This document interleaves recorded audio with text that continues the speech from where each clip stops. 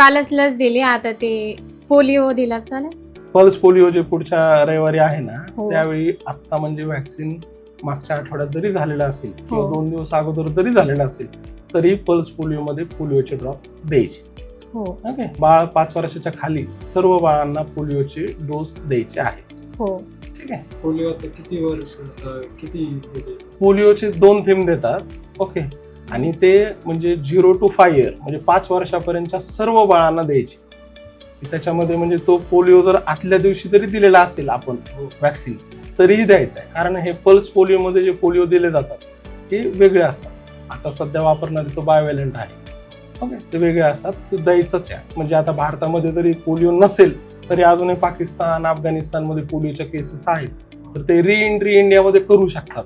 म्हणून pulse polio अभियान राबवलं जात आहे. तोंडात थेंब टाकीत आपण. हा, 2 थेंब देतात फक्त तोंडामध्ये. म्हणजे एक तर आहे ना, तुमच्या घराजवळच्या सरकारी दवाखान्यामध्ये देतात आणि जर समजा तुम्ही तिथं नाही गेले तरी ते घरी येऊन पण देतात. फक्त हो. तुम्हाला जिथं चान्स भेटेल जवळचं जे काही आपलं आता अहमदनगर महानगरपालिकेचे हॉस्पिटल्स त्यांच्या हॉस्पिटलमध्ये पल्स पोलिओच्या रविवारी पुढच्या रविवारी असणारच आहे. हो. परंतु तिथं जरी नाही झालं तरी ते घरी येऊन पण चौकशी करतात, बाळाला दिलाय का, नसेल दिला तर देऊन घ्या. याच्यात आजार पण आहे, आत्ताच दिला होता, अजिबात काय नाही, देऊन टाका. It's additional dose.